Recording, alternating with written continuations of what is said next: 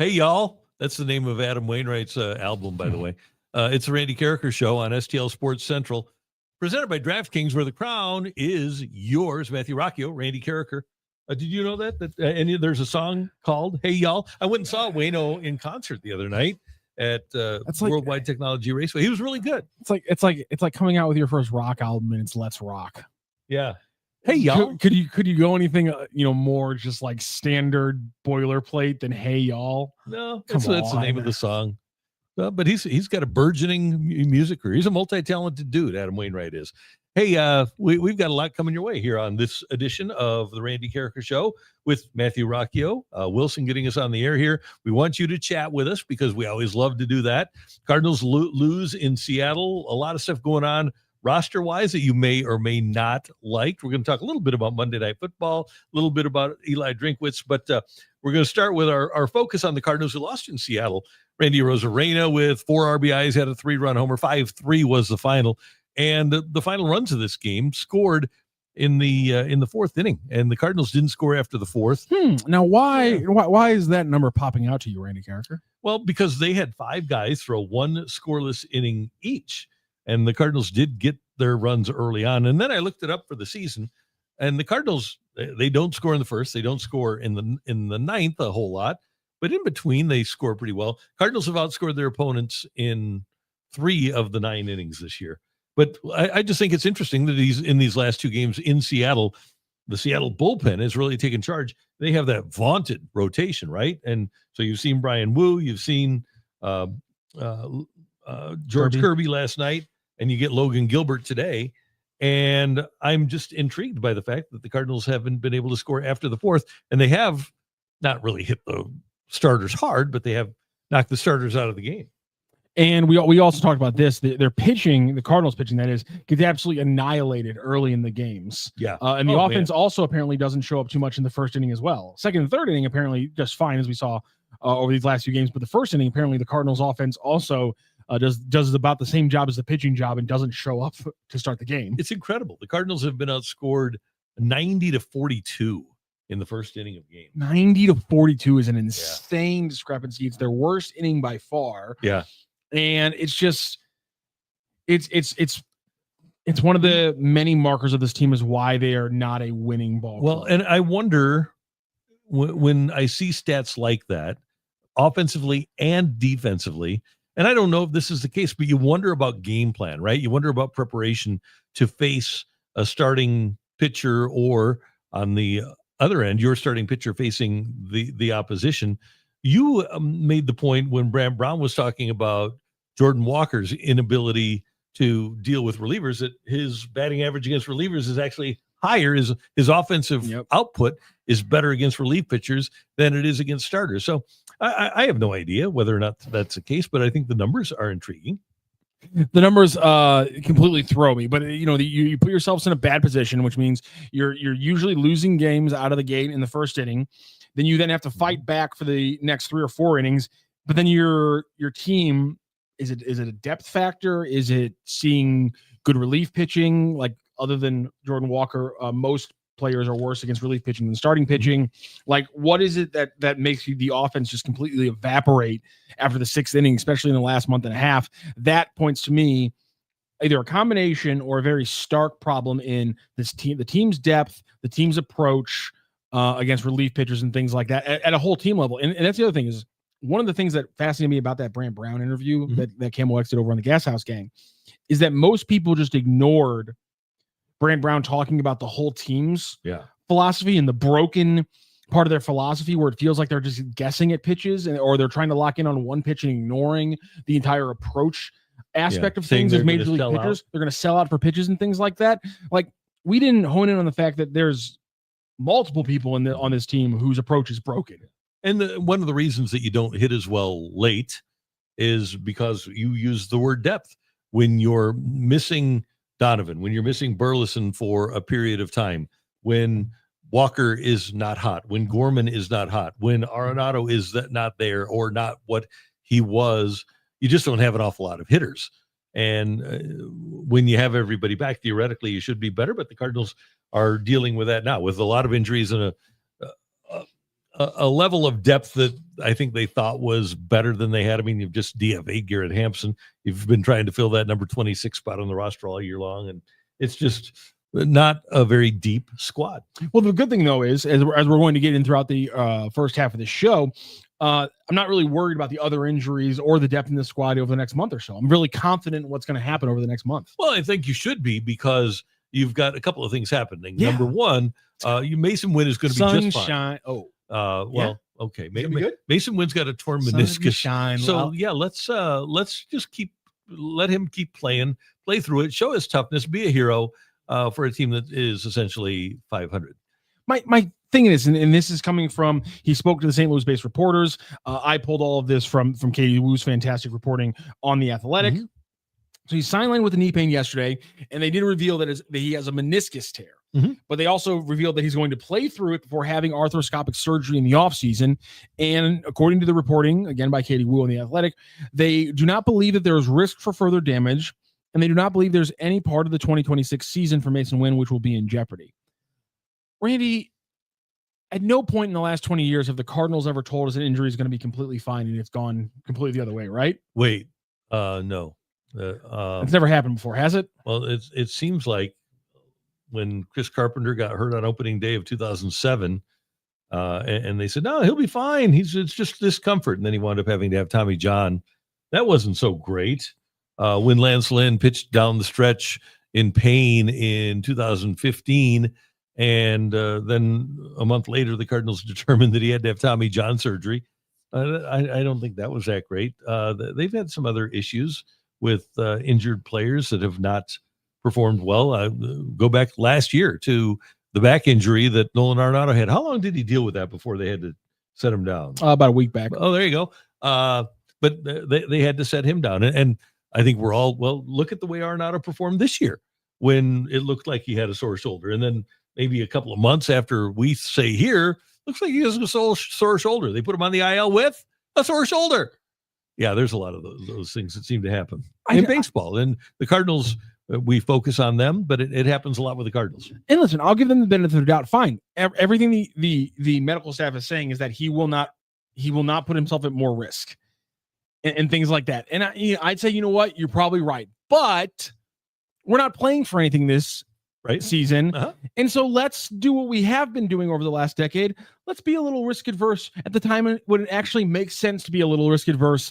And let's put this guy on the shelf. And by the way, JJ Weatherholt has had a non-baseball related injury / illness, and he's missed the last 5 games. So the talk of bringing up Weatherholt is not even possible. You can talk about it, but he's not playing right now. He's going to DH today, I believe, for Memphis, but he's not an alternative to play at shortstop. You got rid of Garrett Hampson. Darn it. But you've got Fermin. You can play him, but you don't have Donovan right now. He's batting 300. My guy Fermin? Yeah, Fermin. Yeah, there you go. You go with him. Charlie Smith, Arenado trips on air. Come on. I just I respect Masyn Winn for wanting to play through it. Like I really do respect Masyn Winn, but I would just, if I was the Cardinals, I just say, listen, I know the medical staff is telling you there's no risk. I know you're a professional baseball player. I know you care about this stuff. You're trying to finish out an incredible season. Go sit down. Mm-hmm. We'll bring you your platinum glove. He's not going to win. Or we'll bring you your gold glove, and we'll talk about 2026 after the knee surgery and everything. It's apparently not going to change too much of his winter as well, which is all positive. I don't see why they're putting any risk into it. And fine, they can say there's zero risk. I don't care.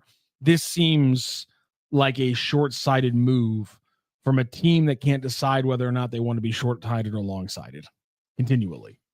Yeah, it's an interesting move to have a guy with a knee injury, and it's a meniscus. And I know meniscuses aren't that serious, but like you say, what is the point? By the way, we get a chat about Weatherholt, and according to Katie Woo, he's dealing with general soreness from a non-baseball ailment, according to a team spokesman. He is expected to return to the Redbirds lineup today as the DH before rejoining the field later in the week. But we don't know what the non-baseball related ailment is. But yes, you're right. That does happen to with the Cardinals a lot. And at the major league level, they just don't tell the media a lot. You have to ask what's going on with minor league guys. And I guess it's just going to be Masyn Winn will sit out if he has a day like yesterday where it just doesn't feel right. I just, this is the one time where I'm saying play it safe. I know we criticize them a lot for playing it safe too often. Yep. Shut her down. And this also gets back to why I've been so annoyed by the Cardinals this season, because it seems like they make so many decisions that are old hat for them, that are them falling back into their usual decision-making processes. And we go, why are you being so boring and risk averse here? And in the 3 or 4 moments this year where they've had a chance to do something completely outside of their scope, the majority of fans have said, yeah, that's probably not the smart thing to do. Let's change things up a little bit. They've decided to make this weird move, and the decision making continues to be something that just really throws me off, because what you're going to push Masyn Winn for an injury factor, but prior to his whole thing with the illness, you were worried about pushing JJ Weatherholt as a professional player overall. It just, these things aren't lining up. There's no consistent process. No. And I know that this is not a decision that's going between Mo and Heim, but to me, it makes me think though about the fact that the transition has been this disjointed thing. And to your point last week, probably purposefully disjointed. Yeah. But that is, again, just making me think about it and drawing a spotlight onto the fact that it's a disjointed transition, and there seems to be conflicting pieces of thought in the Cardinals organization, and that's how teams fail. Well, I do believe, I know with 100% certainty, that if the Cardinals thought, and the Cardinals doctors thought, that Masyn Winn could hurt himself anymore with this injury, they wouldn't let him play. I know that. I believe that. Yeah. So that's they aren't trying to get guys hurt. No. And he's probably saying, I want to play. And but you got to be Marmol's probably trying to say, you know what, I'm trying to win games. Who's my shortstop if it's not him? Is it? He might be saying, I'd rather have an 80%. I know he's saying, I'd rather have an 80 or 75% Masyn Winn than 100% for me. Because he's trying to win games. Yeah, and I get that from his perspective, and I get it from Winn's perspective. My point is that they are supposed to have that mindset. So who should shut him down then? If the doctors are saying he can't hurt himself anymore, and the manager's trying to win, and the player wants to play, you've got one guy left. Should Mozeliak be saying, yes, shut him down? Yes. Okay. I do think so. Yeah. Because again, I think that the different people inside the organization need to have different mindsets. I want Masyn Winn to be a dog who just only thinks about playing every day. I want Ali Marmol to be thinking about how to win baseball games every day. I want John Mozeliak and whoever's in his position to be thinking about longer scope ideas. And therefore, him having a different thought process and him pulling it back a little bit is what I expect from that perspective. I don't expect it from the player, and I don't expect it from the manager. That's why there's got to be these different thought processes, and there's got to be a decision-making process. We pride ourselves on being a full-service show here at the Randy Karraker Show. And Bubs got a fantasy football question for anyone who can answer. Should I start Keon Coleman or Hollywood Brown? Keon against the Jets at noon on Sunday at New York, or Hollywood against the Eagles at home. Hollywood, with the Xavier Worthy injury, becomes essentially WR1 for the Chiefs, but he is going against Philadelphia. And Keon had a great opener against Baltimore. And I know that the Jets defense is perceived as pretty good, but Aaron Rodgers lit it up. That's what I was just about to say. Yeah. I would go with Keon Coleman against the Jets before I would go with Hollywood Brown against the Eagles. Yeah. I think my issue with Hollywood Brown is that taking Kansas City wide receivers is always really risky, unless, of course, it was last year at the beginning of the season with Rashee Rice when he was just getting fed the ball. But Hollywood Brown is going to be risky. My thing with Keon Coleman is that he had a solid game. The Jets secondary certainly isn't as good, but Coleman right now is dealing with a guy who he's so big and so strong, but he isn't the fastest guy. He's still learning how to get separation in the NFL. And so I think you got to look at your lineup and decide, do you need a guy who's going to get you 7 points, or can you risk it with a guy who might get you 2 points, but could also get you 16 points on the other end? Because Hollywood Brown could get a couple big plays in the Chiefs offense. He also could have one catch. Keon Coleman probably not going to take the top off and get those big catches yet. He's going to learn to become more of a physical receiver who learns how to get deep balls with his size. He'll develop that skill. Right now, he's so young that he's still probably going to have games where he has like 4 catches for like 38 yards. So he's going to get you 6 or 7 points, but he's not going to take the top off. He's probably not going to get you a double-digit point game. So you got to kind of look at your roster and decide, can I play it safe or can I risk it? Graham, I closed my eyes when Randy A crushed that ball to left field, and I didn't open them until again this morning. Well, he also had a sac fly, and he missed the Josh Naylor homer. But Randy A is a pretty good player. We had some opportunities off Kirby last night. Cardinals only had 3 hits, didn't they? I don't know that, and 1 walk. I didn't get the sense that they did have great opportunities. Did you? I mean, they had a couple. That's how they scored 3 runs. But I mean, it wasn't a consistent factor. They weren't putting hits on him. I didn't feel like Kirby at any point was really being made to sweat by the Cardinals offense. And I can't remember the last time they made a pitcher sweat. I mean, the amount of times over the last month and a half that you could just go, what was the Cardinals offense today? 2 runs, 4 hits, 3 runs, 3 hits, 1 run, 3 hits. Like that. It's been like that for the last month and a half. 7 hits and 3 runs off of Kirby. And then they had, after the bullpen arrived on the scene though, for the last 5 innings, the Cardinals only had 2 hits, 1 off of Brash and 1 off of Munoz, and they did not take a walk against the bullpen. So those opportunities did come early, and the Cardinals weren't able to cash in. As a matter of fact, if you look at the Cardinals runners in scoring position stat, they were 2 for 6, with Fermin getting 1 and Sajasi getting 1. So, fair. Skywalker says, not bases loaded with Herrera up. He walked 5 guys.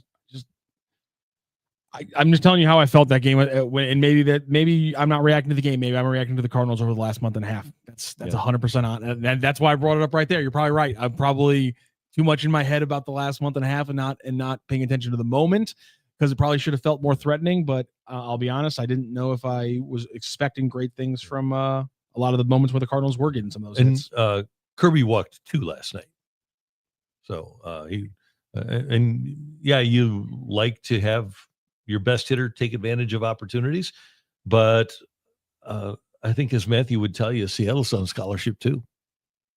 I've been known to say things like that. Yeah, Bob says, they blew the bases loaded. Yeah, there was that moment. Yeah, that's fair. He probably was sweating through that moment. It's cool day in Seattle. But Margaret Frogger, Herrera needs to go if he's just a DH at this point.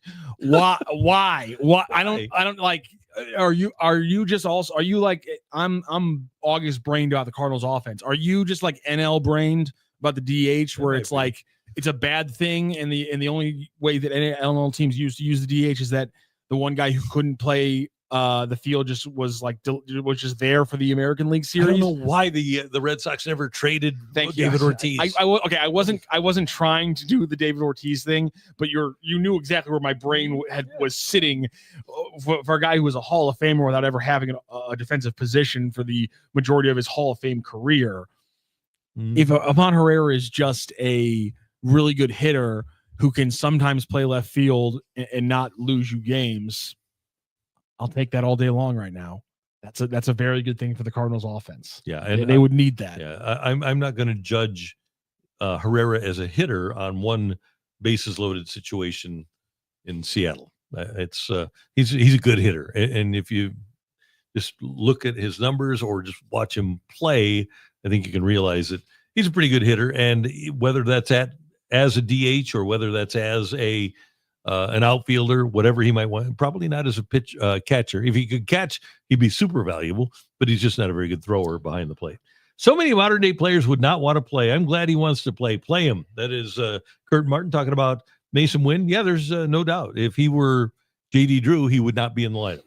So I was thinking about this the other day. I understand why people hate the way that players sit out, the way that players prioritize their health, load management in the NBA. I understand why people hate these things. Again, I went to Phoenix to watch a Suns and Nuggets game, and Nikola Jokic did not play in that game. I remember. He's my favorite player in the NBA. Would have very much liked to see him play in that game live.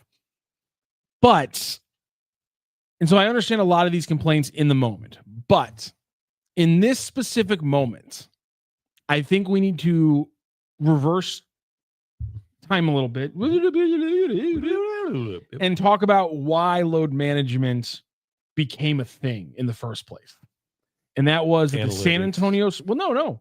It was the San Antonio Spurs in those 2012 years as they're coming down the pipe. They got a really good team. They got a young Kawhi Leonard, but who else is that team built of? Old men, Tim Duncan, Manu Ginobili, Tony Parker.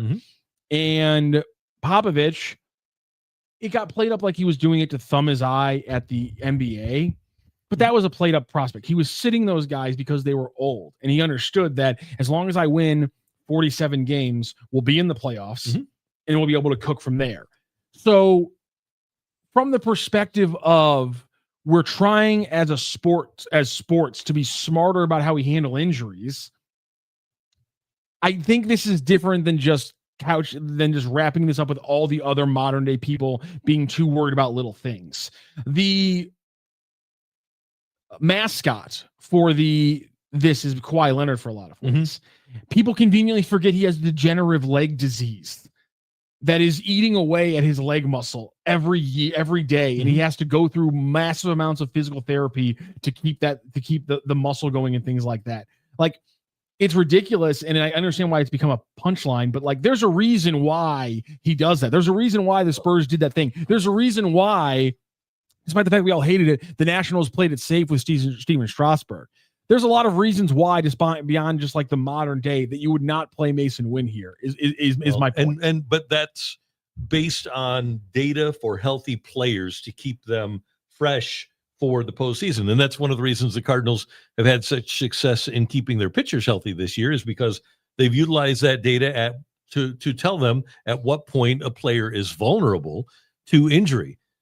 I'm sure they're using the exact same algorithms when they think about what Masyn Winn can or can't do, even with an injured knee. And oh, by the way, Uncle John, greetings from China.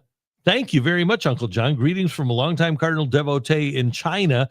Will shutting down Winn affect his Gold Glove chances? That's a great point. If they want him to win the Gold Glove, it'd probably benefit them to have him play the last couple of weeks of the season if his range is the same as it was before he got hurt. If his range isn't affected by the knee injury, then yes, I would think that his Gold Glove chances would be enhanced by him playing these last couple of weeks of the season.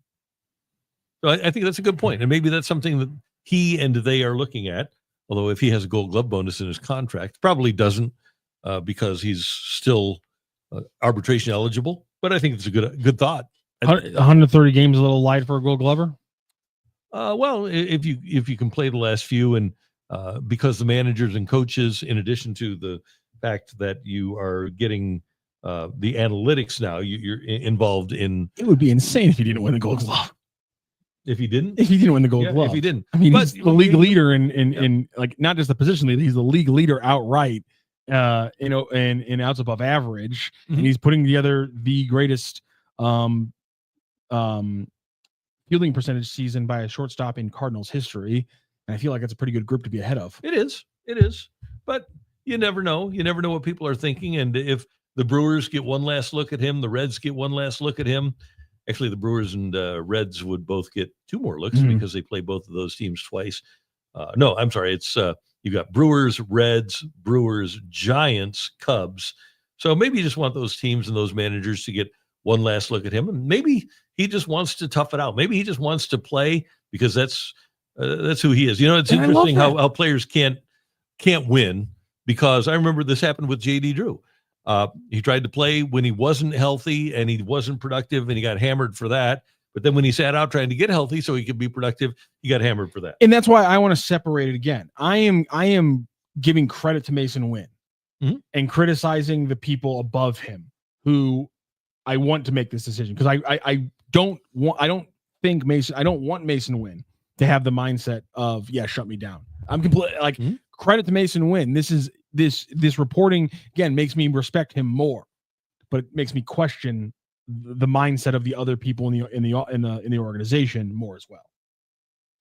Well, if you have a player that wants to play and he's not going to get hurt anymore by playing, what's the problem? I mean, it's just your perception, right? Because I'm worried. That's why. People that actually have medical degrees, I know, are saying it can't be hurt. He can't be hurt anymore. I'm worried because of the past. The amount of times that we've heard it's just going to be a week, and then 4 months later, the guy's still not back on the field. Just the amount of time, the instances we've had that happen in the last 20 years of Cardinals history. I hear the qualifiers. It's not going to affect his winter. It won't affect any part of his 2026. And it's meniscus surgery is for an athlete. It's a 2-week thing. Yeah. Marshall Faulk came back from a meniscus literally in 11 days. Insane. Yeah.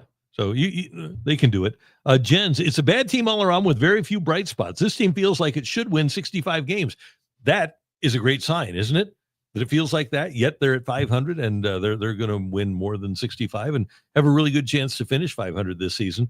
When you look at the totality, if you look at the 5 starting pitchers and you look at your 9 starting position players, bright spots would include, in my opinion, Herrera, Winn. I think Donovan is a bright spot, even though he's not there right now. Contreras has been a bright spot.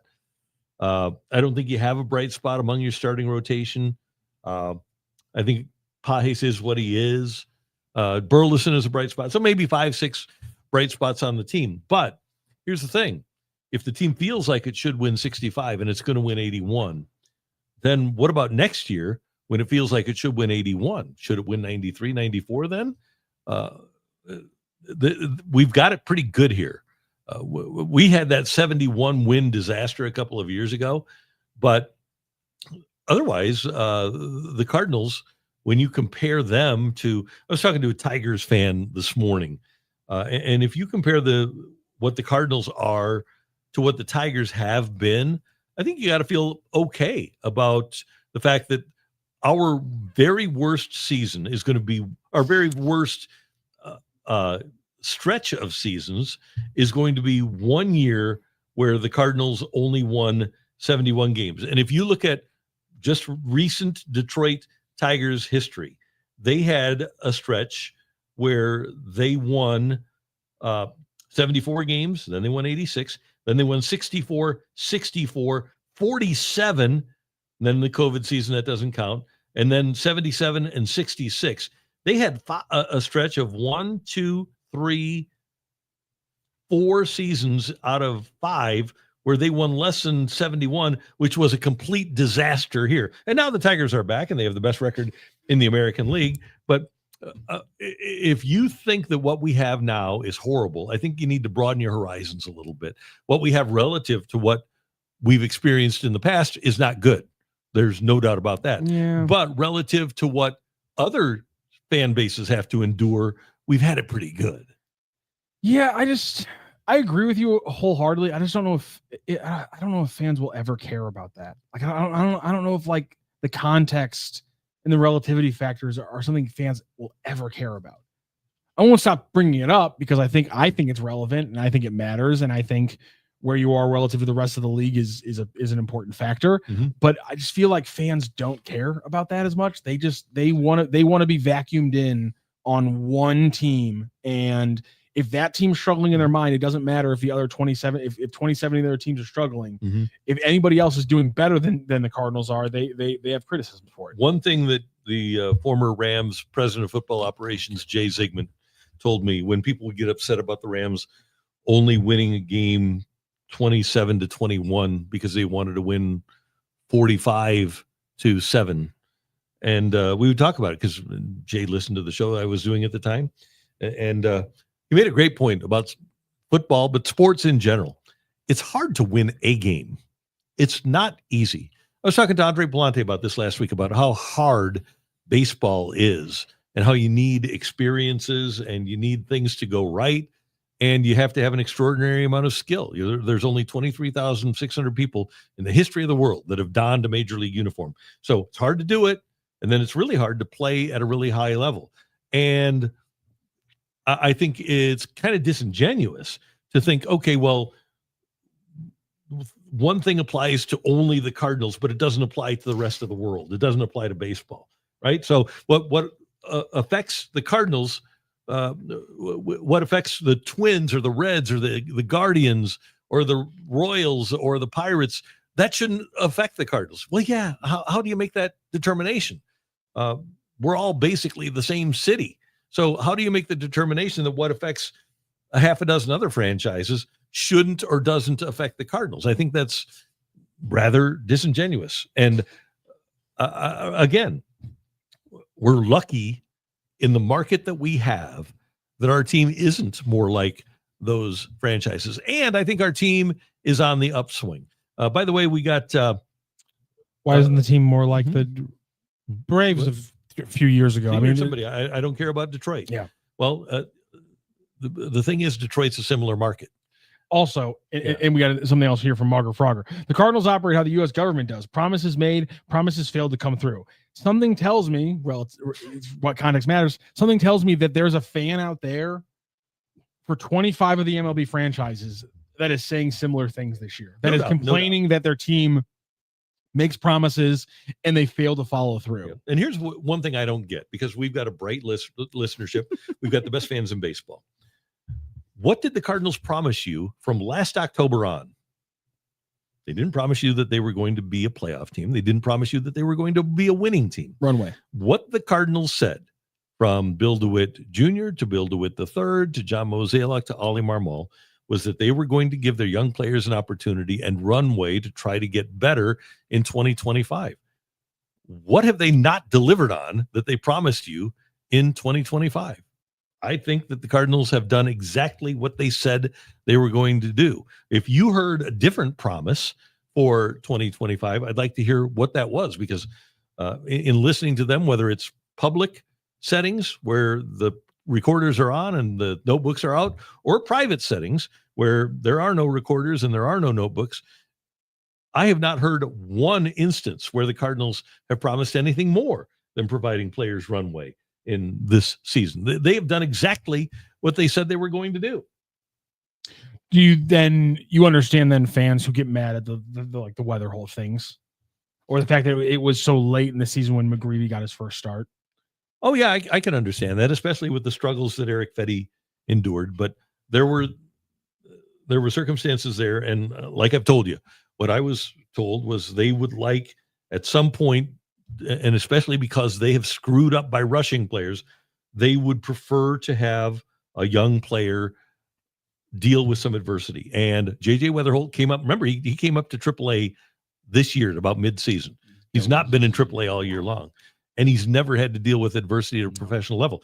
The Cardinals would prefer, and maybe this is where he is right now, that their young players, this is where the Cardinals are now, not where they were, but that they would like their young players to have to battle through adversity and adjustment before they come up to the major league level. And they had not seen that from J.J. Weatherholt. If they thought J.J. Weatherholt was going to make a difference, they are competitive. John Mozeliak would like to go out on a winning note. Bill DeWitt Jr. would love to win so that he can get more people in the stands and more people at Ballpark Village. If they thought that J.J. Weatherholt was going to be the difference between being a contender and not a contender, he would have been here. But there were things that they wanted to see from him, not the least of which is playing third base, so that they can have him ready to be here next year. The first time he ever played third base was this year at AAA. Yeah, and my question, I guess, is when is he going to face that adversity at AAA? Because, or I guess, is there a limit to how many at-bats he can just be clearly successful and be so much better than AAA that they say, okay, he's never going to get tested. Yeah, by this, I would be surprised if he wasn't here for opening day next year. Now, maybe when he faces major league pitching next year in spring training, maybe when he gets a load of that. So now let's just kind of move this conversation forward, because we've seen now what happened the last two times they brought people up right out of the gate to say, you're a rookie, you're coming up out of spring training. And it didn't work well for Jordan Walker or Victor Scott. So let's bring back in the argument we've already had, I know, but I just kind of want to re-hit it, which is a lot of people brought up the struggles that Masyn Winn had in September and how that helped him compared to the Jordan Walker and the Victor Scott. Are you worried about another instance of a top prospect coming out of spring training and then having to be sent down after the fact if he struggles too much? Well, the reason that Walker struggled so much is because they rushed him. Yes. He never played in AAA. True. Yes, that's correct. And Witherholt has. So I think that we're talking apples and oranges. That's there. fair. And same with the talent of a hitter of Victor yeah, Scott versus I mean, JJ you Wetherholt. bring up a 20-year-old that basically, well, he'd played 2 years of pro ball, and you put him in right field when he had 50 games of experience in right field. He'd never played right field in his life, whether it was little league, high school, never went to college. He never played. So he doesn't So get. they did him a massive Yes. disservice. He doesn't get the runway of a September like Winn does, but he doesn't get the lack of AAA experience that Walker had. He doesn't get the defensive jungle that Walker was thrown into because he gets the entire offseason and this entire month, going back to August, actually 2 months of playing third base professionally. That is a good perspective and way to look at it for Cardinals fans. And I think the Cardinals' new regime will allow players to become more seasoned by the time they get to the major leagues. If you are somebody who enjoys watching Jordan Walker get rushed and have to deal with what he's dealing with, then I feel for you, because I don't think that's going to happen anymore. I think the Cardinals are going to make sure that players are as ready as they can be. By the way, Winn at AAA in 2023, 498 at-bats. He played 105 games down there, 498 plate appearances, 445 at-bats. So he had substantially more time at AAA than has J.J. Wetherholt. Nick Jensen, I think people's biggest worry is now that we've seen what this team is, the future just looks like more of the same over the next few years. Well, you're assuming that players aren't going to get better. And they're hoping that this runway and this experience helps players get better. And if you want, let's go back. And I know some of you don't care about Detroit, but look at what happened with Detroit and with their best hitters this year, and how those guys were given the opportunity, not over just 1 year, but over several years, to get better. And a guy like Riley Green gets substantially better. And and he may or may not have been rushed. I don't know, but they gave him an opportunity. They let him play a couple of years, and he marinated and got a little bit better. Kerry Carpenter is 27 years old and is finally having the breakout season. Torkelson, they let him marinate a little bit, and he becomes a lot better. They gave players a chance to get experience and get better. We got so spoiled by Albert Pujols being so awesome right off the bat that I think we've kind of forgotten that it does take time for players to get better. Players, Albert was a complete outlier. Players generally don't come to the major leagues as awesome players. Also, I think people also have to realize, and I think we've gotten bad at this across all sports, really good rookie year, hits a wall the second year. Mm-hmm. I feel like more often than not, people want to give up on that player. Yep. Yeah, it's a microwave society. People want to give up on that second year sophomore slump player instead of saying there's something there. That's how he got here. That's how he was such a great rookie. Let's build. Let's make sure we reform the base. This is a young player who has to learn how to adapt for the first time in their career. Yeah, and too often people want to punt on those young players, and that's a huge problem. I like this from Jay Roberts. In response to you saying that the Cardinals did what they promised, he said, and the fans did what they promised, not show up to games. Exactly. Damn right. Yep. And that is your right. When it's a product that you don't believe is a quality product, you shouldn't buy it. And whether that is a car, whether that is a ribeye steak, whether that is a soda, if you don't think it's a good product, then you should not buy it. And more often than not, stop buying things just because of the name. Yeah. Don't go to a Cardinals game just because it's a Cardinals game. Make them give you a good product. Stop buying the newest iPhone just because it's an iPhone. Make them actually improve on a piece of technology that Android already has. Want to tell the story about how I wound up with an iPhone? Did you get made fun of for having the green text box? I got bullied. I hate that so much. Terry Davis bullied me. I will get actually angry about things that don't actually bother me because I like having an opinion and it's fun for me. I legitimately get angry. Legitimately get deep down angry when people do that.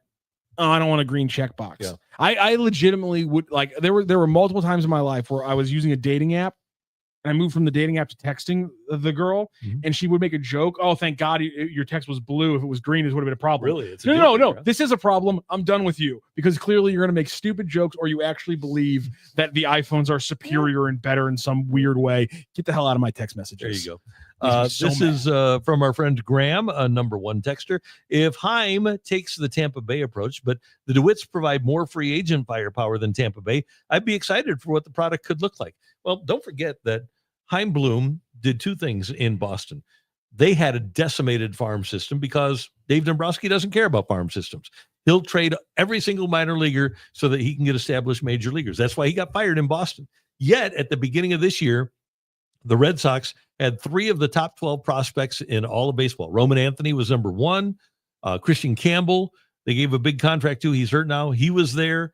And Marcelo Mayer was also one of the top prospects. Plus, they have several other young players on that team that were procured under the leadership of Heim Bloom. In addition to that, for better or worse, he did sign to Trevor Story to the contract, and Story is contributing to the Red Sox this year. He did sign Devers to the extension that they gave him. They did force him, unfortunately, to trade Mookie Betts, and he did not bring back Xander Bogaerts, but they did have the money to sign players. And what Bill DeWitt III has said is that the Cardinals would like to be a hybrid of what Tampa Bay is and what the Cardinals have been in the past to supplement their young players. Now, I think the one issue with the Cardinals now, and it'll probably be this way unless there's a salary cap for the rest of time, the player that the Cardinals used to get to supplement was a player that was affordable within this marketplace. Now that you've got players with AAVs of 40, 45, $50 million, I don't know that the Cardinals can swim in those waters with the drop-off in revenue, because people don't go to the games anymore because the product isn't good, because of the drop-off in revenue from ticket sales and the drop-off in revenue from the television contract, the local TV contract.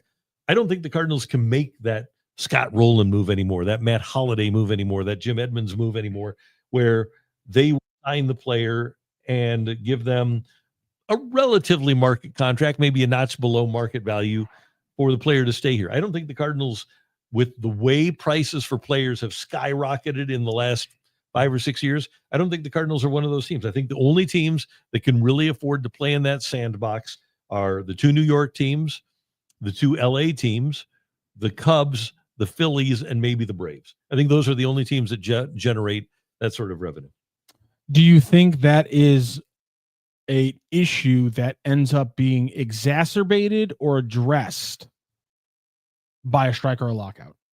Or the fallout from a strike and a lockout? Yeah, it'd totally be addressed by a lockout, because I think if we get into a lockout situation, I think ownership will probably say, what the heck, if we're here now, we might as well just wait until it's over and get our salary floor and salary cap. And that would allow, like in the National Football League or the National Hockey League or the NBA, a smaller market franchise, not just the Cardinals. It would allow all of those franchises to be able to compete on a level playing field. And you can win by being the smartest franchise rather than the richest franchise. This isn't fair. By the way, can I make one other point? Of course, please. Revenue. No team in the NFL generates more revenue than the Dallas Cowboys. And there's a salary cap that allows other franchises to be able to compete with Dallas. And Dallas is dumb, right? Their general manager is dumb. Their owner is dumb, same guy, and from a football standpoint, and they don't do things the right way. And that's why the Kansas City Chiefs can have a little dynasty, even though from a market standpoint, they can't compare, and a revenue standpoint, they can't compare to what the Cowboys have. To that point, if the Cincinnati Bengals were the Oakland A's, the NFL would be worse off. And that's what the Cincinnati Bengals would be without revenue sharing. The Cincinnati Bengals would be the Oakland Athletics, and the NFL would be worse off for it that there was just a patsy of a football team there for somebody to slaughter it twice a year. Yeah. It would be pathetic. I want to get to this latest chat from Graham because it's an interesting one. It's not necessarily the rebuild keeping fans away. It's the pent-up frustration with the front office. Ding. And I wonder, when the Cardinals have dropped 1 million fans over the course per season, over the course of 3 years. They drew 3.3 million in 2022. They'll draw 2.3 million this year. How much of that is frustration with John Mozeliak and the ownership? Is if John Mozeliak if the team was winning and John Mozeliak was the Pobo, would people not buy tickets because they don't like him? No, people wouldn't care. Well, because people wouldn't be mad at him if they were winning. Like they primarily put the Cardinals record on his feet. Mm-hmm. And so if they were winning, they would all be fans of John Mozeliak. It would be 2012. So yeah, so they'd be fine. So you have pent up frustration with the front office because they're dealing with the realities of the baseball marketplace right now. Yeah. And by the way, the Cardinals, that's not to defend the Cardinals because they have been passed up in terms of developing talent. They've been passed up by a lot of teams in Major League Baseball. It's funny because what is people's view of John Mozeliak and the Cardinals if Arenado and Goldschmidt hit in the playoffs?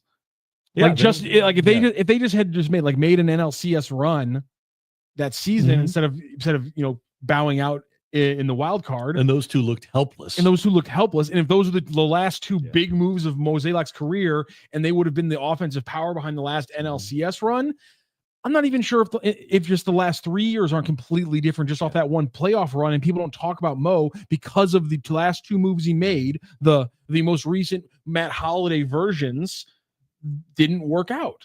And so people now can say, well, it doesn't matter that he made those big moves because he didn't make the moves to augment them. And people, had they won in those playoffs, there'd be plenty of people complaining about not making enough moves in 23 and 24 and coming into 25.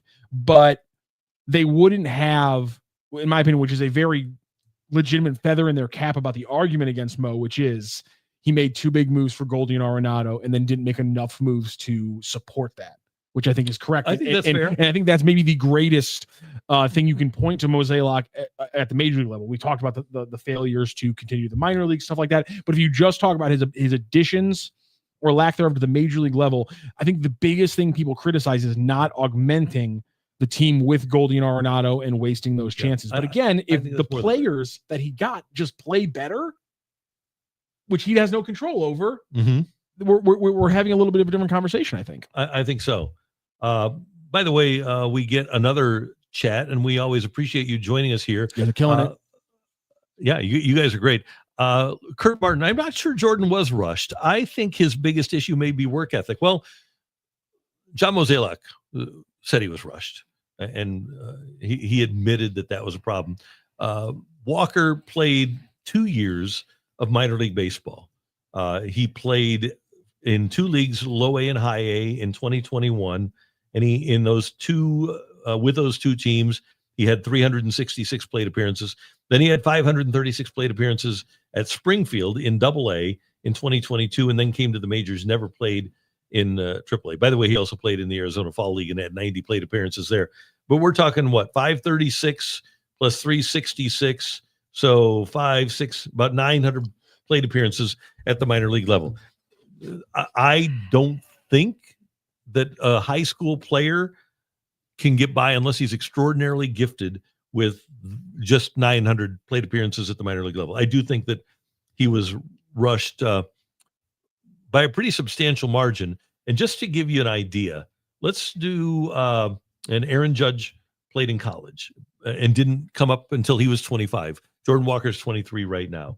Aaron Judge had 3 years at Fresno State with about 750 plate appearances in college. And then in 2015, his first year pro ball, 563 at-bats. In 2000, and that was with two teams.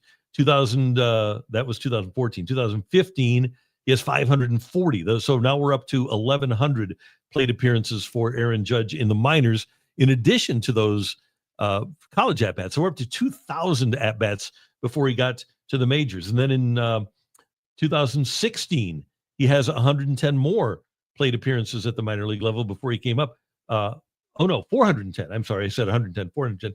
So we're looking at 750 plus 1,100 plus another 400. So 1,500 plus 750. That's 2,300.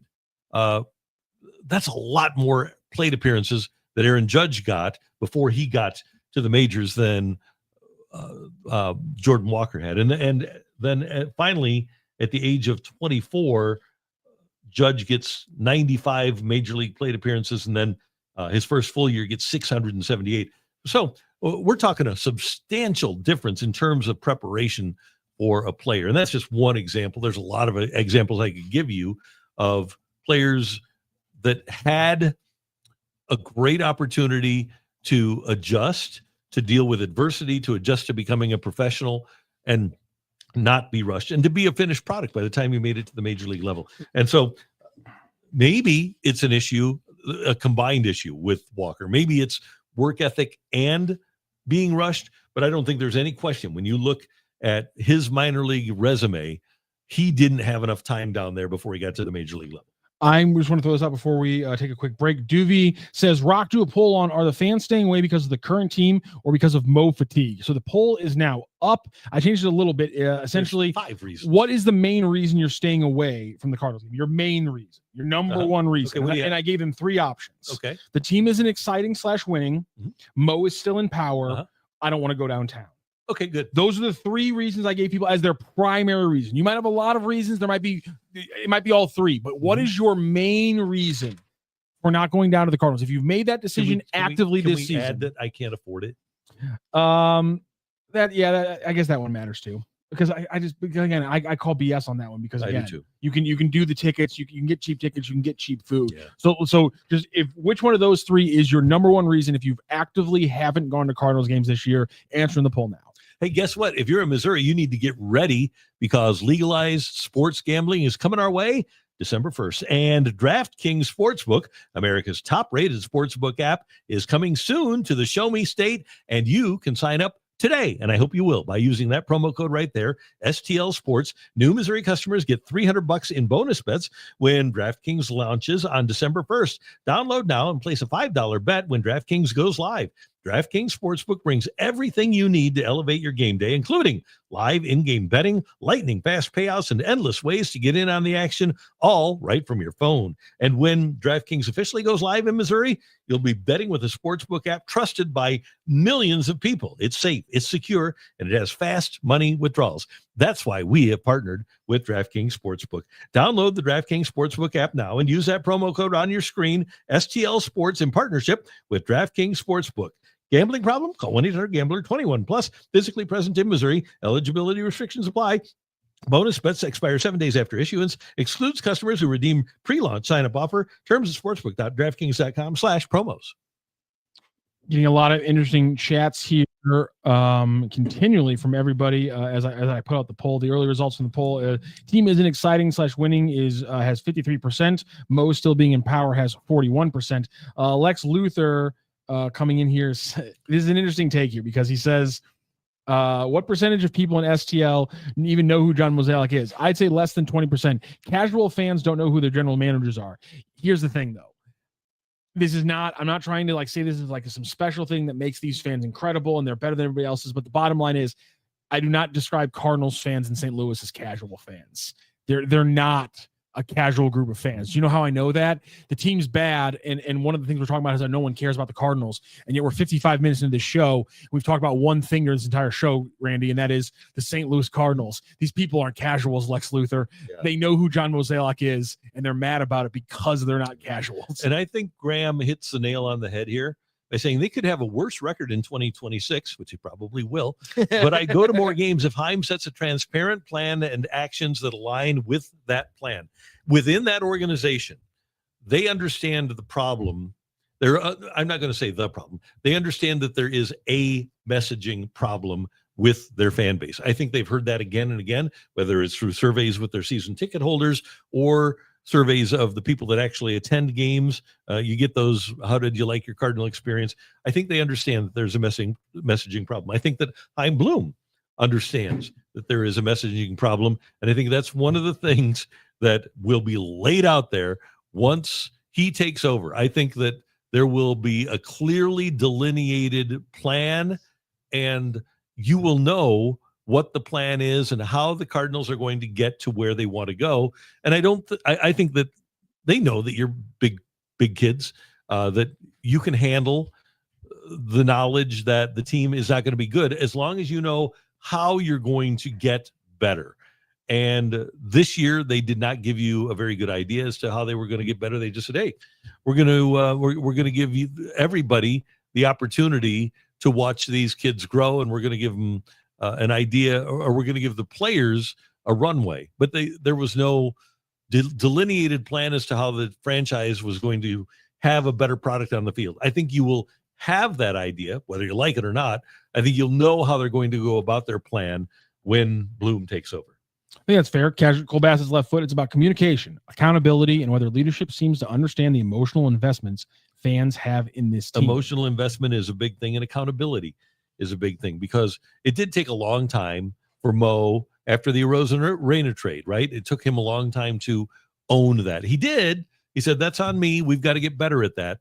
But even when I go back to asking him about their efficiency with spending, with the Carpenter contract, there were several, the Cecil contract, the Miller contract, there Fowler. I asked him about the inefficiency one time when we were doing the radio show, and he kind of got mad, and he said, "No, we're very efficient with our spending." Well, no, you weren't.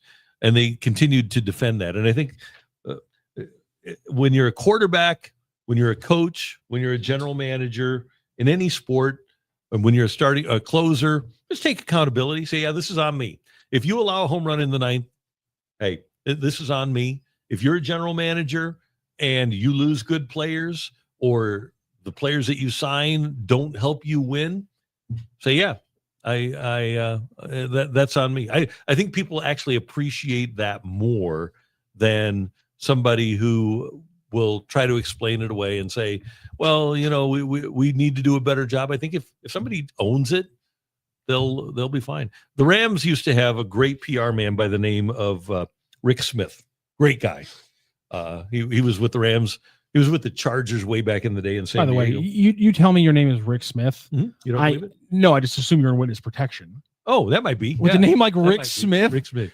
So John Jones. Nice to meet you. Yeah. You've heard Martin Kilcoyne do the impression of, everybody did a Rick Smith. Hey, he called Jeremy Rutherford Shaggy. Hey, Shaggy, how you doing there? Yeah, he called him Shaggy. I love that story. Yeah. So anyway, after the Desert Storm fiasco, when we went into Iran as a country. Oh, I thought this was going to be a sports thing. I thought there was another thing that I didn't know if sports thing. You were talking about only the Desert Storm. We go in because Saddam Hussein has these weapons of mass destruction. And then we find out that he didn't have weapons of mass destruction, but the president insisted that they did, and that's why we went in and attacked them. So Rick Smith, PR guy as he is, says, after it all broke, he says, if I was the president's spokesman, I would just go up to the podium and say, "Hey, look, guys, Bushy blanked up." And that's what you got to do. Just let him own it, right? So, and because if you just say that, say, "Hey, I effed up." If you do that, then everybody appreciates it. Say, yeah, they might not like it, but at least you were telling the truth. What year is this? 03 maybe. Oh, okay. Sorry, you threw me off with Desert Storm. I was like, wait a second. I was thinking this was Desert Storm 03? No, Desert Storm is Bush 1 in the 91. Oh, that's saving Kuwait. What about when we Operation Iraqi Freedom? It might have been. I believe so. Was that the name of it? Operation Iraqi Freedom? Weapons of mass destruction. Yeah, that was technically Operation Iraqi Freedom, wasn't it? It was Shock and Awe, wasn't it? Shock and Awe. So one of those two. But yes, so he was talking about the actual invasion of Iraq in the 2000s. Okay, because I was like, the timeline here is not matching up that you were talking to a Rams PR guy for Desert Storm. Okay, I was confused. I knew we were doing something in a desert. So Bushy screwed up. Hey guys, hey Bushy effed up. So he had the nicknames for everybody, and I think that's the play. Just whether it's you or your spokesperson, just let them know that, hey, it's on you and you owned it. It's funny you say that because people are wishing, kind of wishing City would have done that with a different story. Skywalker 1982 wasn't Rumsfeld a Missouri guy? I don't I don't think he was. I hope not. Born in Chicago, Illinois. Okay. Yeah, don't put him on us. Rumsey. He sucks. He's from Chicago. Screw him. Yeah, Andy, the I don't want to go to downtown reason is ridiculous. You say that, but it's getting around 10% of the vote right now. And here's the thing, downtown. Are you afraid to go downtown for Blues games? They seem to sell out and have a big crowd every night. Are you afraid to go downtown for St. Louis City SC games? That's downtown, and they seem to sell out and get a lot of people. Were you afraid to go downtown for the Savannah Bananas? I don't think so. They could have sold 6 Savannah Banana sellouts, and people weren't afraid to go downtown. They wanted to buy them. I don't buy that. I guess there's some people, but that's not a reason for the Cardinals to go from 3.2 million fans to 2.2 million fans in 3 years. I did think it was interesting because there was a Twitter post that kind of went viral about people. It got 6.9 million views about how when you look at like the Rockies and how they're doing so great with 43,000 plus, and how it's like baseball, is selling a nice night at a nice summer night. It's not necessarily selling the actual game in front of it and things like that. And so there are people I think who get turned away by the downtown and things like that, but they're not the same. Those people would be getting turned away by that, whether or not the Cardinals are winning 100 games or not. And it's a small group of people, to your point. And I think the demographic of Denver is different than the demographic of St. Louis. So? I think there are young people that want to go for a party. They go to a game and then they go to Lodo after the game. That's lower downtown in Denver. I just think that the typical Rockies demographic is way different than the typical Cardinal demographic. Jay Roberts says, to their credit, the Cardinals are trying to change that. They do want to have a younger demographic that becomes Cardinal fans. Yeah, their senior VP of business was talking about how about getting those 20 and 30-year-olds into the park. Anouk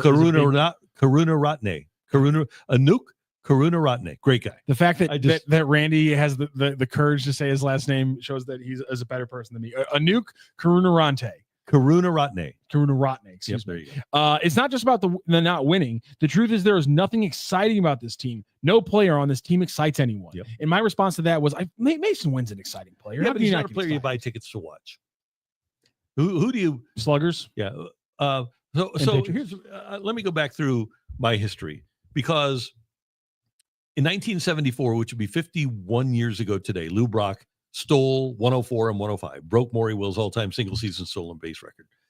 And when I was a youngster, I would pay money to go watch Lou Brock play, or pay money to go watch Ted Simmons hit, or watch Al Robosky pitch, okay? So the Cardinals go from the 70s, and they've still got some of those guys that Whitey inherits, Simmons, Hernandez, some of those guys. And then they get Ozzie in 1982, but they had Lonnie, who was a fun guy to watch play. They get Bruce Sutter. You pay money to go watch Bruce Sutter pitch. You got Willie. Willie was fun to go watch play. So you've got that group pretty much throughout the 80s. And they were, if they didn't win, they were competitive. And then you lose some of it, but you've got fun guys like Langford was a really good player, and Jordan, and Ozzie was still here through 96. And then in 97, you get McGuire. McGuire was really fun to watch. A lot of us went to games. We didn't care if the team won or lost. It was a Mark McGuire show. And then you go from McGuire right into Pujols, Edmonds, Matheny, Renteria, Vina, Darryl Kyle, Andy Bennis. It's a really good dynastic play for 15 years. The Cardinals, for a long, long time, had players that you would want to go pay money to see play. And I think Yachty was kind of the last of those. And I don't think there is anybody that rises to that level. Brock, Hall of Famer. Simmons, Hall of Famer. Ozzie, Hall of Famer. Willie, Cardinal, Hall of Famer. And players that you knew. There were so many guys. McGuire was so fun to watch hit. That was such a great environment. And then obviously Albert and that whole gang, they were really fun to watch play. And I think you can pick out a lot of guys. Just look at the number of jerseys that you still see.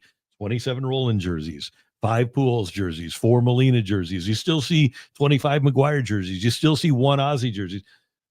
I don't think on this team there's anybody that we know well enough, and we know their greatness well enough, so that you say, I want to go buy tickets to watch that guy play. Masyn Winn could become that guy. Maybe Weatherholt could become that guy. But right now, I don't see that guy. And this is not something that I have not discussed with the ball club. I think they understand that too. But like we said earlier, you can't buy that player now, so you have to make that player. Yeah. And I mean, there's almost a thing that kind of helps in that the organic factor of it can help you build the fandom up from the get-go. And that's why for me, that's why I've always been excited about Masyn Winn. Like I've been excited about Masyn Winn for 3 or 4 years. Now, at the same time, 4 years ago, part of the excitement was, is this guy going to be able to pitch and play shortstop? That'd be insane. We've never seen a player do that before. Thanks a lot, Otani, for really ruining the spectacle of that, you jerk. But Masyn Winn to me is still an extremely exciting player. Getting to watch, I wish he was a better base stealer. I guess the talent is there. That's the thing. Getting to watch a player at the top of their position, for me, I think is a qualifier of a watchable team. Right. So if a guy is literally going to be the best player at a position, and he's a guy that we should appreciate because he wants to be the face of the franchise. Yeah. He's a good front man. He's a good kid. And he's loaded with talent. I mean, he might not be much of a power hitter, but in this day and age, because a 5-tool player isn't what a 5-tool player was. It used to be a 5-tool player, hit for power, run, field, throw, right? Well, hitting is different now because it used to be a 5-tool guy, Andre Dawson, hit 300, hit 35 home runs, could run, could throw, and could field. Well, what is the guy that hits now? Because a shortstop that hits 20 home runs, okay, that's hitting for power. But is 265 or 255, is that like a 5-tool player? What tells you that a guy's a good hitter now?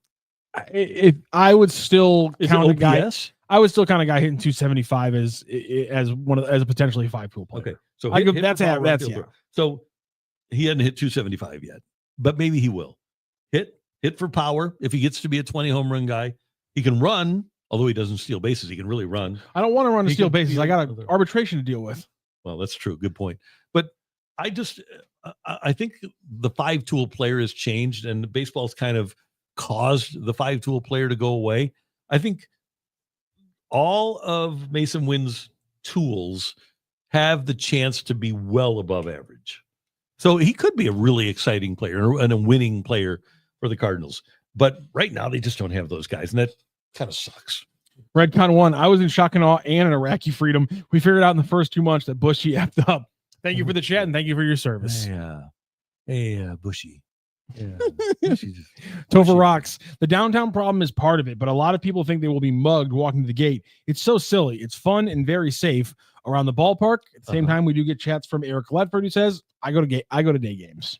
I have never once, and this is me, and sometimes I'm leaving because at least I did before and I will again. By the way, in a couple of weeks on the 22nd of September, our show is going to start at 2 p.m.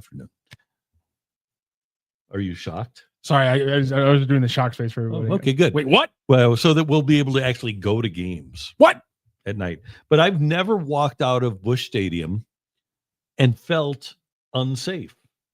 Now, I understand why people would, especially if they're a couple and there's a nefarious looking character out there. But I'm not saying take a long walk north from the ballpark, but in that area where you have patios and you have Ballpark Village in the ballpark, and maybe a little bit west where you go past Wheelhouse and stuff, I've never felt unsafe walking out of the ballpark after a game. And hey, there's strength in numbers too. Go out when everybody else, don't wait around. Go out with the crowd when everybody else goes out. I mean, that's fair. And I think and maybe this is a Tashara thing. I'm just joking. I think there's only been like one murder this year in downtown West. Get the hell out of here. Really? I think so. Yeah. Well, would that be downtown West? Yeah. If that's considered downtown West? Yeah. So let's see. Somebody downtown East, just like the block after the river? Like, what's that? Seems like it's a little downtown, I guess Midtown. I guess it's Midtown after that. So that's fair. Yeah. David Abrams, I think some don't want to go downtown because it's a hassle between traffic, parking, including the cost, etc., rather than being afraid. That is, parking is way more expensive than it used to be. Everything's more expensive than it used to be, Randy. I know. Ridiculous. Skywalker 1982 was going to change too. I was promised that it was going to change like in January. And it still hasn't. How much are my eggs right now? I like Winn and watching Karraker hit. I like watching Karraker hit too, even if it's at the DH spot. The Bulletin apparently official. This from the St. Louis Metropolitan Police Department. 2025 homicide analysis, September 10th of 2025. Homicides. Let's get to downtown West. Oh, there's a lot of stuff here. Before we get to downtown West, there's a lot of stuff. But yeah, downtown West only has one. Wow. So, okay. So if you Google it, yeah, downtown West only one. Where's Academy in the city? Oh, God, I have no idea. Okay. They've had 5. Academy? Yeah. Carondelet has had 6. There's an area of the city just called Academy? Apparently. 96 in the city so far. Walnut Park East has had 4. The Wells Goodfellow area has 6. The Greaterville has 4 murders. So what would you say that Busch Stadium is? Is it downtown West? Text in or chat in. Academy is the neighborhood right at the corner of Kings Highway and Martin Luther King Boulevard. Just north of Del Mar at Forest Park. Okay, and they've had 5 this year. The North Riverfront, it says none. Old North St. Louis, none. Penrose 4, Riverview, Soulard none. St. Louis Hills none. Gate District none. Can't be many other cities in the world right now breaking down their murder statistics like this live on the air. I think they probably do. Walnut Park West has 7. Good Lord. So anyway, what I need to know is Busch Stadium in downtown West? I don't know. I guess so. Let me double check this. Okay. Let me zoom in on the channel on the Forest Park, none. Downtown, none. I gotta get the part of the so downtown, none, and downtown West, 1. So anyway, I'm just giving you statistics because we're a sports show talking about murder. I think it's downtown. Okay, so downtown, it says here, the St. Louis Police Department says nary a murder so far in 2025. They actually use the word nary? No, I said nary. Oh, I was going to say. Downtown West is what we call Midtown. Downtown West is Enterprise Center, the aquarium, Energizer Park. That might have been. That's technically downtown West. So anyway, so with that being the case, let's all go to the ballpark. Let's all go to the ballpark. There's more to be afraid of than homicide. That's true. You do get your car broken into, or did get your car broken into. But anyway, Midtown is Midtown is technically where SLU is. Yeah, that makes sense. But in downtown West is where Energizer Park and Enterprise Center are. We're learning things about neighborhoods today. Yeah, we're learning stuff. Boy, that downtown sure is scary, says Andy. Joe, I've been spoiled with tickets through my employer in the past. They no longer buy tickets, and it's hard to spend your hard-earned money on a front office that isn't putting their best foot forward. Well, here's my thing. I think, and I don't know this. This is just my opinion. I think that the ownership of Bill DeWitt Jr., I think Mr. DeWitt Jr. is very competitive, and he cares a lot. As a matter of fact, I was talking to him last weekend, and I said, how much attention do you pay to the minor leagues? Because there are owners that just don't. They don't care. He said, I get a clip on every single minor league player every day, and I read all of them. He cares. He loves the franchise. He wants the franchise to win. But I think that they lost their way in knowing how to win. And I think that's why these changes are coming about with Chaim Bloom coming in and the concentration on the system. I don't think it's a matter of them not caring. I think it's more a matter of them not knowing how to go about it. I think if you don't care, if you're an organization that doesn't care, you don't give Yadier Molina the contracts you gave him at the end of his career. You don't bring back Albert Pujols. You don't sign Adam Wainwright to those contracts you gave him. You don't sign Miles Michaelis to the contracts you gave him. You don't sign Matt Carpenter to the contracts you gave him. You don't sign Andrew Miller. You don't sign Dexter Fowler. I think if you don't care, you don't spend that much money. But if you don't know what you're doing, then you sign people like Brett Cecil and Andrew Miller and Dexter Fowler and Matt Carpenter to his extension. I think they just got bad at their jobs. Rather than not caring, I think they were throwing good money after bad. Yeah. Infringement St. Louis cover band. I love this. I saw a stat that the Cardinals have 0 hits this year with a 3-0 count. Thought that was odd. And I just wanted to do a quick Google search when things like that pop up. The Cardinals have had 96 plate appearances this season go to 3-0 counts. They have 95 walks.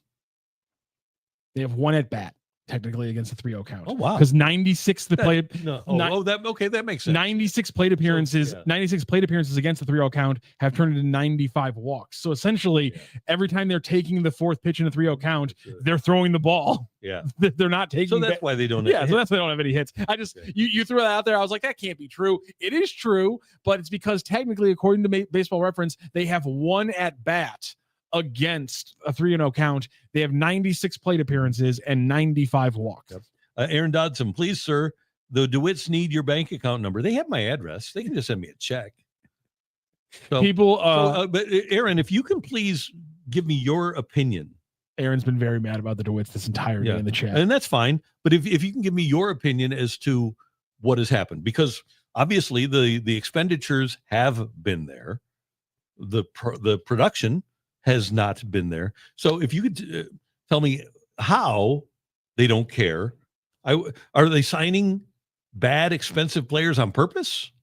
That's the only conclusion I can draw from your comment, is that they desire to lose so badly that they're going all Stan Kroenke on us and giving players that can't play big contracts. Is there any other reasonable explanation that you can come up with, Matthew Rocchio, for them spending a bunch of money on non-productive players? No, I think you covered the bases. Either they lost their way and they don't know what they're doing, which I think is the case, or in Aaron Dodson's belief, they're signing bad players because they want to be bad. I don't think they would do that. It seems like a bad way to spend your money, especially when you have Ballpark Village right next door and you're trying to get people to utilize Ballpark Village and spend money in Ballpark Village. I don't think it makes any sense at all if you're trying to make your businesses work well, because if all you care about is money, then it seems like you'd want Ballpark Village to be full. I think so. Okay. Just wondering. Red Card 1. Why did Herzog bet Ozzy $1 for every ball he hit in the air of his ground ball? RK should remember that. Do the same thing for strikeouts now on this team. Oh, yeah. No doubt. And I've suggested that. I think that's a good thing to do with a guy like Victor Scott. I think that's probably a good thing to do with Walker, with his athletic ability. Every time he hits a line drive or a ground ball, he gets $1. The manager gets $1. So Ollie has to make this bet. Every time the player, Walker's not as good a guy for this as Victor Scott, but every time he strikes out or hits a fly ball, then the manager gets $1. Okay, player gets $1 for a ground ball or line drive. Manager gets, because if he hits a ground ball, doesn't strike out, he gives himself a chance to get on base with the speed. So yeah, I like that bet. And what you need to do is appeal to the competitive instincts of the player. And the player will be thinking about that, and he'll try really hard to hit either a line drive or a ground ball and utilize his speed and not strike out or not hit a fly ball when he doesn't have a chance to be a home run hitter. It worked. They had to stop that bet in the middle of the first season because Ozzy was so far ahead. I think that's a great idea. And I don't know if I've brought that one up to Ollie before or not, but I will. In your behalf, I will do it. And make it $100 because that's more exciting and probably plays into more of what the players are making now. Anyway. Jay Roberts, the payrolls they've spent year after year versus their revenues prove they absolutely care. And to that point, we had a chatter a few days ago, or I think it was the end of last week, who one of their big things was like, well, yeah, but look at how many times that the DeWitts have had a top 10 in attendance, but have spent in the bottom half of Major League Baseball for payrolls. And I went, you know what? I will check that out. It's happened one time in the last 20 years that the DeWitts have owned this team. Mm-hmm. This year, they're not going to be in the top half of payroll, and they will be in the bottom half of attendance. But there was one season, I think it's 2023, where they had a bottom half payroll and a top 10 attendance. Every other year that the DeWitts have owned this team since 2000, they have either been a top half team. They have been a top half team in the payroll. Yeah, sometimes they're right at 15 and 16, but still, considering market size and things like that, I don't know how people are crying or trying to cry poor from the owners or saying that the owners didn't put in enough money or whatever. Aaron Dodson, they could have had Scherzer, but DeWitt said no. This is true, and Bill DeWitt III says that that's his biggest regret. The president, Bill DeWitt III, the biggest regret that he has is that the Cardinals whiffed on the opportunity to bring Max Scherzer here because Max wanted to be here. Can we talk about the second part of that his chat there? And then the other one, could have had Harper, but settled for O'Neill. The price for, okay, let's remember this. Come on, my guy. Yeah. So, Come on. I love that chat. Yeah, this is a Scott Boras guy. And Scott Boras was going to shop Bryce Harper, who signed in spring training, by the way. He was going to take him to the highest bidder. John Middleton, the owner of the Phillies, had said, we are prepared to spend stupid money on a player. Bryce Harper has been great for the Phillies. The Cardinals do have a lot of data that shows with pretty strong conviction that the back end of those 10, 12-year deals generally do not work out well for the team. And it was even more pronounced then when Harper signed. But to your point, they could have had Harper at what cost? He signed for 13 years and $330 million. Were the Cardinals going to go 14 and $350 million? Where did it end with the Phillies owner saying, we want to spend stupid money? I don't know if it did end. Also, I do have to point out, how do you think the reaction to St. Louis fans is if he signs that contract, then he gets injured and has to switch positions? Like I feel like people would have been bitching about Harper having to switch positions and everything when he got hurt. I feel like that would have been something that Cardinal fans would have been like, whoa. We paid him this much to be a right fielder. And then there could have been other problems with the roster created by the fact that he had to switch positions, which if the Cardinals are paying him that much, they don't have anywhere near the roster flexibility and financial flexibility to then make the moves they maybe have to get a new right fielder when he has to move to first base. Like, there's a lot of things inside that move that, like, yes, it would have been great, but it hasn't all been hunky-dory, 100% perfect the entire time, and there's still a lot of money on that deal. And there still could be a year or two at the end of that deal where they're paying him a lot of money to be doing nothing. Yeah, but if they get a World Series championship out of it, then it's all worth it. Skywalker 1982. Harper mentioned St. Louis in an interview once. Yeah. Yes. He also mentioned the Giants and the Dodgers and the Yankees. And I don't think he ever mentioned the Phillies, ironically. I don't think he did. So, and then that's the team he wound up signing with. You mean like the Cardinals fans calling Contreras a contract of failure because he moved to first? Yeah, I don't know if anybody called it a failure. I think they said it didn't work out because he was signed as a catcher. I said that it didn't. I didn't call it a failure. By the way, I think if fans did find a way to complain about that, I think it would be ridiculous. Yeah, he's a good offensive player, but to sign a guy to play a position, and then him not being, you find out 30 days into his tenure that he doesn't really play that position that well. I think that it's safe to say that one didn't work out the way the Cardinals expected it was going to work out. I think if it had worked out the way the Cardinals expected it was going to work out, that he would be catching for the Cardinals right now. So we started talking about the Masyn Winn injury and got into this hour-long conversation about general Cardinal stuff. I do want to get into one other thing that we had planned for before we finish up the show today, which was after the Masyn Winn stuff was talked about in that Katie Woo article, a sentence popped up to me, Randy, that really made me wonder, and I'm going to put the sentence right on the screen for everybody else to read, and that is just very blatantly, there was no beating around the bush. Katie Woo ripped this Band-Aid off right at the top of a graph. Arenado will resume the starting job at third base over Nolan Gorman. That is the plan. He's making his rehab starts now. The plan is for him to be back on Monday.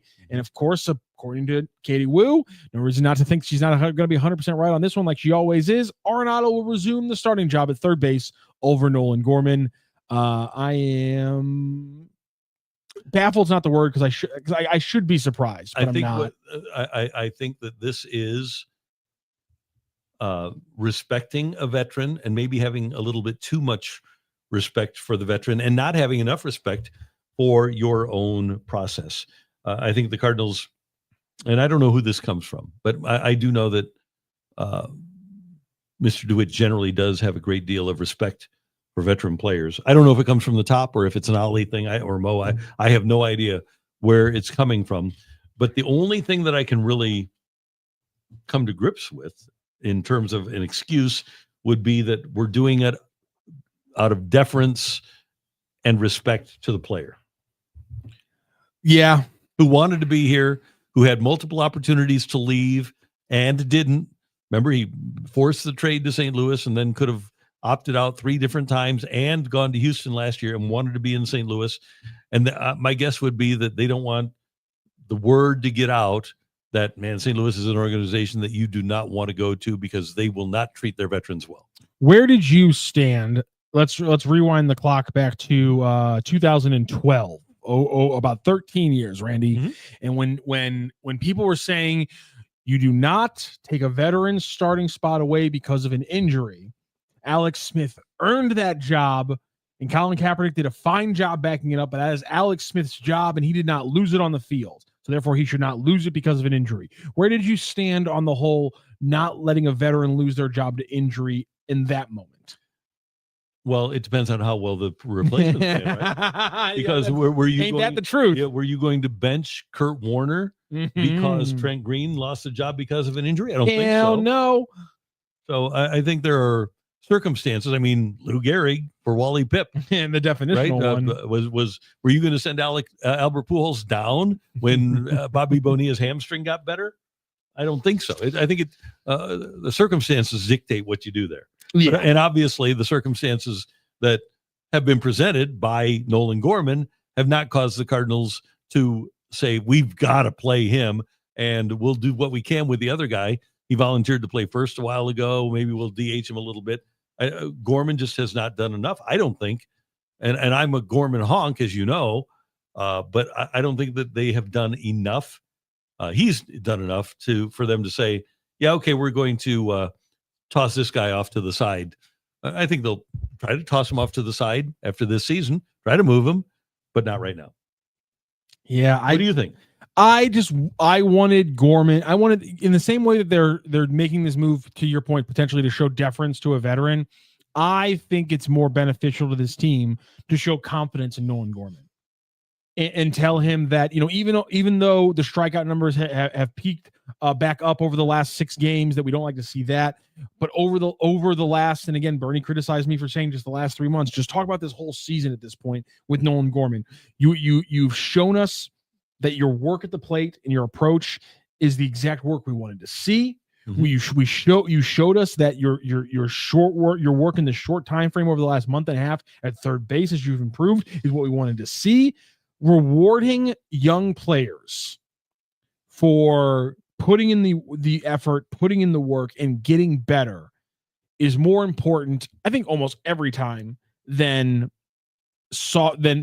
paving the way for a veteran, especially though on a team like this.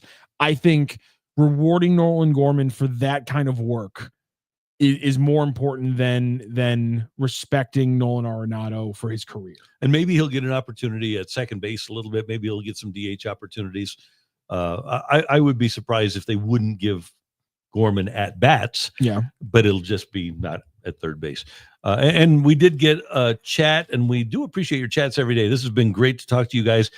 Nick Jensen, Randy, do you think Nato is going to play to try and show he has something left in the tank to try and trade him in the offseason? Well, here's the thing. The Cardinals play 3 this weekend. As of right now, they have 16 games left. Is that correct? Let's see. They've played 146, so they have 16 left. So after the weekend, it'll be 15, 14, 13. They'll have a dozen games left. I don't think that's enough time to show anybody whether or not you're capable of being a player for the long term.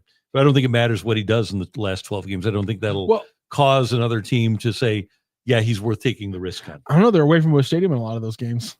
Mm-hmm. He maybe hits 4 or 5 home runs because obviously it's just Busch Stadium that's keeping his power down. So that's got to be. So he can go hog wild in all these away games in those last few series and prove to these people, as long as I'm away from Busch Stadium and don't have to play there for 81 games, I'm fine. It's all hunky dory, baby. I would love that. Let's see though. One of them is great. I believe one of them is Great American Small Park. I believe because aren't they away to the Reds? He's the guy's. He's done. I know. I'm trying to find Sunshine Lollipops. I'm trying to find a little sunshine and lollipop. Yeah. Yes. Okay, so this is alarming. Granted, he's been hurt for a long time, but if you like alarming statistics, since the All-Star break, Nolan Arenado has exactly 0 home runs. 0. None. That was 44 at-bats. So that's not great. If I mean, literally, like what you are potentially offering to trade a Major League Baseball team. Strip away everything it was in the past. Mhm. You are right now offering a very good defensive third baseman who is at best a solid contact hitter against left-handed pitching. yeah, basically That is that's the player you're getting. for people from my generation. You are getting Ken Reitz, and you can look up Ken Reitz. Check out that career OPS for Ken Reitz, REITZ, and I believe, if I'm not mistaken, it'll be about 660, right? Nicely done. 649. 649, and the career OPS or the OPS is our OPS this year 660. Arenado's? I believe so. Yeah, I had it in front of me a moment ago. I do not anymore. Okay, it's 660, right? I got it right up here. So one other thing, this is Nolan Arenado since June 22nd, and games 72 through By the way, same thing. Ken Reitz, OPS against righties 611, OPS against lefties 711. 711. There you go. So 60 points higher in slug too. Arenado from June 22nd on, 200 batting average, 242 on base, 244 slug, 487 OPS, 0 home runs, 4 RBIs in 95 plate appearances. I don't think that the last 12 games of the season can change that. The perception of what he showed from June 22nd through now. There's a point in a level that Nolan Arenado could have played it this year that I would say, you know what, even though I'm 100% play the young guys, and that's been my perspective. And the Cardinals said our priority 1, 2, and 3 is trading this guy so he doesn't hold up these bases and things like that. If he was hitting at a certain level, I'd throw up my hands and say, you know what, this is a losing battle. You got to keep playing him. The defense is so good, it's still there. But that's not the level he's playing at. Like he's not even playing at the force your hands level. He's playing at the we have to accept that we're paying a guy not to play baseball every day level of money. And every other team in Major League Baseball, outside of the worst and most obvious financial issues of the Pirates and the A's and the Rays, every other team in baseball would bite the bullet and bench a guy and say, we're paying you not to play because this is the risk you take when you trade for 28-year-old potential Hall of Famers. Hey, why did Garrett Hampson get DFA'd, right? Exactly.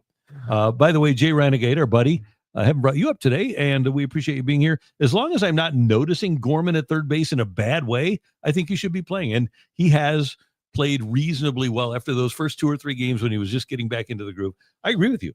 He's not playing a game where you say, oh, man, Gorman's playing, don't hit it to him, which sometimes that happens with a player. One last time from Jay Roberts. When can we see we've seen enough of Gorman to, quote unquote, know who he is? I think we do now. I think he's probably a guy that is going to be, if he plays a full season with the current, like he has played the last 4 months, I think he's probably between a 750 to 800 OPS guy. He's probably a 30 to 40 home run guy. If you give him 500 at-bats, he's probably an average third baseman. Probably if he has 35 to 40 homers, he might have 35 to 40 doubles too. So maybe 60, 70 extra base hits. I think that's what I would expect from him. He had a rough 2 months because he was still grooving that swing. I think that is what he is. And I think he's a number 6 or 7 hitter. I don't think that he's going to be a superstar, but I think he's a nice, serviceable player, the kind of player that you have to win. At 27 years old, Matt Carpenter hit 55 doubles, was an all-star, and finished top 5 in MVP voting as the kind of hitter he was. 27? At 27 years old. That was in 2013. In 2013, he was 27 years old. I didn't realize that. When he was 32, he finished top 10 in MVP voting while hitting 36 home runs. The idea that Nolan Gorman, as he is now, is just a finished baseball player, and we know what he is. He's 25. I think it's still too early. And I listen. If this was Nolan Gorman just doing exactly what he did in 2024 this year, I wouldn't have this take. But the reason why I have this take is because he changed his approach to the plate. Mm-hmm. So he is a different hitter than he was even when he was successful. The version of Nolan Gorman that hit 27 home runs in the majors, That's not the Nolan Gorman we're going to get next year. Right. We're going to get a different Nolan Gorman. It might be a better Nolan Gorman. And if he can combine the 27 home runs with the way he's seen the ball this year, it will be a better Nolan Gorman. He now does have another question to answer, which is, with his new approach, can he bring the slug back in? That's the question that has to be asked. But when a 25-year-old completely changes their approach and is successful with that new approach, specifically in the seeing the ball factors, you have to give him the benefit of the doubt of, this is not a completed baseball player yet. And at 25 years old, you might say, well, I don't want a non-complete baseball player at 25. But to me, the idea that professional athletes have to be done and finished with developing by a certain age, and at that point they can't develop anymore. They are who they are, and they have to be that. And if they can only get better, they can't change. It's too simple for something that involves human beings. Yeah, they're men, not machines. And let's just do one other fun player for you, because we always like to do our comps to make our own guys look good. Because, as you know, I'm on the Cardinals payroll, so I'm trying to do comps to make our guys look good. You're buying lunch. I am. Yep. Okay, so let's look at a guy like Kyle Schwarber in his age 25 season with the Cubs, and this was 3 years before they non-tendered him and got nothing for him. He hit 238, 26 homers, 61 RBIs. And he did have a great OPS of 823 that year. Last night, he hit his 50th home run for Philadelphia, but didn't really come into his own as a big-time power hitter until he was 29. And since his age 29 season, by the way, his age 28 season, he hit 32 home runs. Since then, 46, 47, 38, and 50. Some guys find it a little bit later than other guys. So, Lance Lynn made a great point yesterday that we aired here about Joe Adell with the Angels. Same thing. Sometimes players are not what you want them to be when you want them to be there, but you really hate it when they go somewhere else and turn into that guy. And I hate to, Jay, not sure what we're expecting differently out of Gorman. I think we've seen enough to know you haven't, because you're seeing a different Nolan Gorman this year. This is a different Nolan Gorman. You have 4 months of this Nolan Gorman. And across those entirety of those 4 months, he has one of the highest walk rates in Major League Baseball. Is that the same Nolan Gorman that you think you've been watching for the last 3 years? I guarantee you it's not. Yeah. All right. The poll. What's the main reason you're staying away from Cardinals games? Team isn't exciting and winning. 57%. Mo is still in power. That's 31%. And 11% say I don't want to go downtown. And that poll is complete. Thank you very much for participating in that. And thank you very much for being a part of the show. How do we do on our little list today? Let's see. We hit everything with the very bottom one. Oh, can the O-line step up as a strong suit for the Tigers? Yeah. We'll talk tomorrow about Eli Drinkwitz's apparent lack of impressionability so far with the offensive line. We're also going to talk about how Eli Drinkwitz is apparently a 17-year-old, and I appreciate it's that. Great. Yeah. His mindset of calling plays and handling referees is essentially that of a teenager, and I really appreciate that. Yeah, me too. He's given us a good time here. Yes, he has. Cardinals play tonight. Before that, we've got Card Central 365, and then after the game, how have we been doing on the late night post game shows here? Hey, they're going live.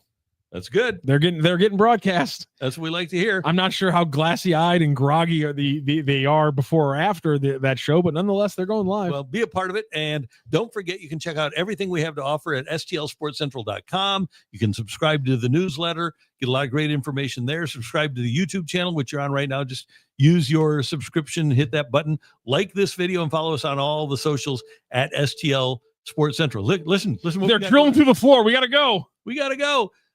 Thanks for joining us. And thanks to our friends at DraftKings, where the crown is yours. For Matthew, I'm Randy Wilson getting us on the air, and we'll see you tomorrow morning here on the Randy Karraker Show on STL Sports Central.